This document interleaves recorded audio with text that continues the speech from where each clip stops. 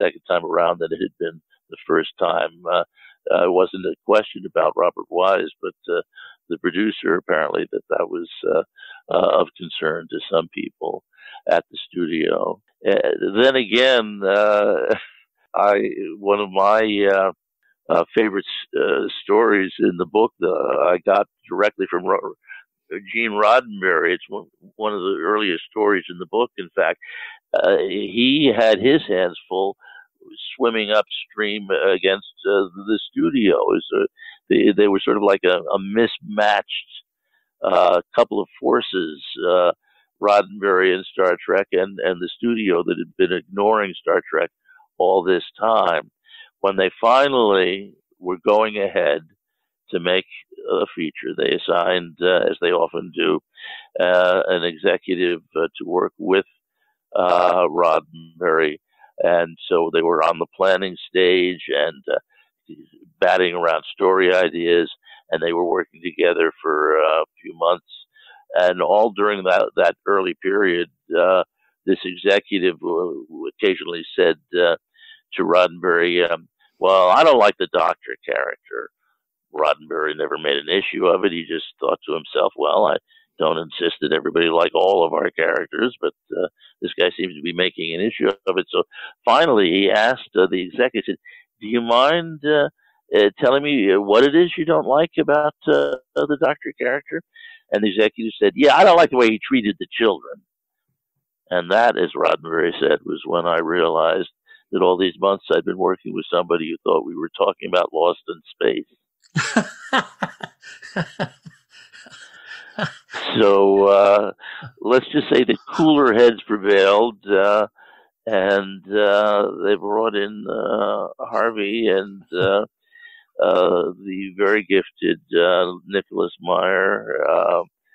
I'm sorry, I'm forgetting Harvey's last name. Bennett. Thank you. Yeah. And just took a fresh start and managed to put back a lot of what they had not been able to put into the first one, into the second one. It's my own personal favorite of the series, certainly, and because it has that feel to it. I love that. So I never heard that story before, so that's wonderful. Let's move on slightly, and this is now we're getting into book territory now. If we hadn't already been in book territory, so you've done some very hard work. I actually should have asked how long it took you to collate all the 60 interviews, or these various interviews into a tome, as it were. And then you find that Cinefantastique is not gonna publish what you'd already worked hard to get. How did you feel about that, and why did that happen? Well, you're talking about something that took place over a period of a few years. Really, there was never any clear demarcation line where it was definitively said, this is not going to be printed by the magazine after all. Far from it. Mind you, those first two double issues were because Star Wars and Close Encounters had been made in a spirit of sanity that hadn't been prevailing at Paramount. So those pictures were finished well on schedule and finished well before their opening date, so that in both cases, the special issues of Cinefantastique devoted to those movies were able to coincide on the newsstands with the film coming into the theaters. But it was almost foredoomed that was not going to be the case with the Star Trek project, because, as I say, half the people that I wanted to talk to, all the post-production people, I couldn't speak to till after the film was finished, and the film wasn't finished until a few days before it opened. So I'm sure it was, much as it was a great joy for Fred to see all these interviews being clocked in and piling up, it was also, once all the interviews were done, he was tearing his hair out, I'm sure, because we'd already missed the opening of the movie, and I had to just take the time necessary to take all of those interviews that he'd been hungry to have, 3 times as many as the other issues it had, and deal with them, and deal with them in a way which wasn't, as I say, simply a matter of reproducing the interviews, slapping them on the page, but taking all the interviews and all the answers to the questions in the interviews and making a story out of that with a beginning and middle and end. So it was an arduous process, interrupted, I'm sorry to say, by death in the family, which took me away from it for a while. At one point, when I had to go back to Connecticut for these family emergencies, 6 of the interviews were done for me. So I did, I would say, like, technically, strictly speaking, I personally did 64 or 6 of the interviews. But anyhow, nevertheless, eventually the mighty labor was finished, and Fred Clark, the editor, had it at his disposal. And mind you, he also had a host of visual materials. So many of the people I interviewed would give me stills and pre-production sketches and storyboards and all kinds of wonderful visual things. And I just, it was up to, all I could do was just sit and wait for the thing to see daylight. And Fred sent out a mailer to promote the magazine around about this time, heavily emphasizing the fact, in other words, trying to sell subscriptions, as any good magazine must do, and these promotional flyers were stressing almost entirely the fact that the magazine was about to publish this special Star Trek the Motion Picture issue. And then he simply didn't. And there was, as I say, there was no clear-cut moment. He never said, "I'm not going to." And for the longest time, he kept insisting that he was going to. Eventually, the series started going into sequels, and he was still saying that he wanted to do it. But in the end, for reasons known but to him and God, he didn't manage to do it. And because he had promoted it so heavily, people knew it existed, the material. In fact, I wrote a little essay about that that's on a website somewhere, website devoted to all the treks that never were. And I'm just glad that all these years later, after writing about what people couldn't read, now they can finally read it. So glad that the cat's finally out of the bag. So at what point then did you decide turn it into what we have today, which is your fabulous collection, Return to Tomorrow?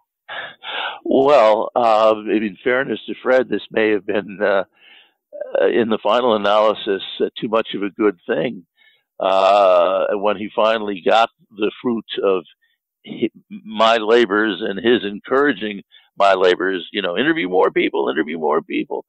And when it was all put together, it was probably something that he would have had to cut down a lot to fit into even a double issue of the magazine, which it was always planned to be, as I say, a double issue. So that basically the manuscript that I handed into Fred is the manuscript that's in the book. It's like, that's part of one of the virtues of the book is it's like a time capsule. You get to read what people who worked on front of the cameras and behind the cameras had to say about the film when it was still fresh in their memories, because they had just been working on it the other day, as it were. Um, but so I'm happy to say that that's why I'm happy to say that it's finally out there. So people who always wanted to read it, and I've always known they were out there. I'm glad that we've finally been able to give them what they've been hoping to see. Well, certainly for true, as I call them, diehard Star Trek fans, not having a copy of your book is almost a crime. So bless you. We'll have to make it law that if you want to be a Star Trek fan, you've got to have a copy of this book. I mean, a lot of people did become Star Trek fans because of the motion picture. They became Star Trek, and they swallow up every piece of minutia that they can get their hands on. And your well, book, it's interesting what you say there, because when it was announced that the book was finally going to be coming out, all these years after the fact, Tony, I was pleasantly surprised to be reading people online saying how much they were looking forward to the book and saying how much they liked the movie. All the criticisms have been out there, and all this time, I had not been privy to much from the people who really did like the picture. So even though I acknowledge all its faults, and as I say, it's not a by any means the ideal picture for me. I know from talking to these people how hard everybody worked, as is usually the case, how hard they worked to make it a good picture. And I'm very glad to see that there are people for whom it just really hit the button. So that was, for me, one of the most pleasant things about getting the book out there was I just sort of, I guess even though I had nothing to do with making the movie, I had a certain paternal pride anyway, or filial pride, or family pride, having gotten to know all the people who had worked on it, and how much labor they put into it. Well, I certainly remember when the news of the book came out first, and we're going back about 4 years now, aren't we? That's right. Yeah, and everybody in the Trek community was very, very excited about having a copy of the book. People were asking questions: where would they get it? Would they get it from the various big bookstores? Would they get it? How could they get a copy of it? And I was fortunate enough to be in Hollywood, or rather in Los Angeles at the time, and made a special trip to Burbank to Creature Features to make sure I got my copy of the book. In fact, again, that's the publisher, in case anybody doesn't know, Creature Features. Yeah, sadly not around anymore. But for those who want to know where they were on 2904 West Magnolia Boulevard in Burbank. But I believe they had to sell the building for some strange reason. And well, people may not know, Creature Features was a store of memorabilia and art and genre-related material, and they were located in Burbank at a couple of locations over the years. And this store itself, at the moment, does not exist as such. I believe they still are located in a. Don't quote me on this, but I think I should know this for certain. But I think they're basically in all the stuff that they hadn't sold off by the time they had to move is still warehoused somewhere, and you never know, they may yet have another rebirth at some point. So I think people can find creaturefeatures.com online, and maybe they can. And then maybe they can access your book by contacting Taylor White, who's the owner of Creature Features, and seeing if they can get a copy of it. But I'll tell you what, Tony, after the fact, let's nail that down, so that if you could be kind enough when you do the podcast and put it together, so instead of me hemming and hawing about what I don't know, that you'll be able to tell them what exactly, what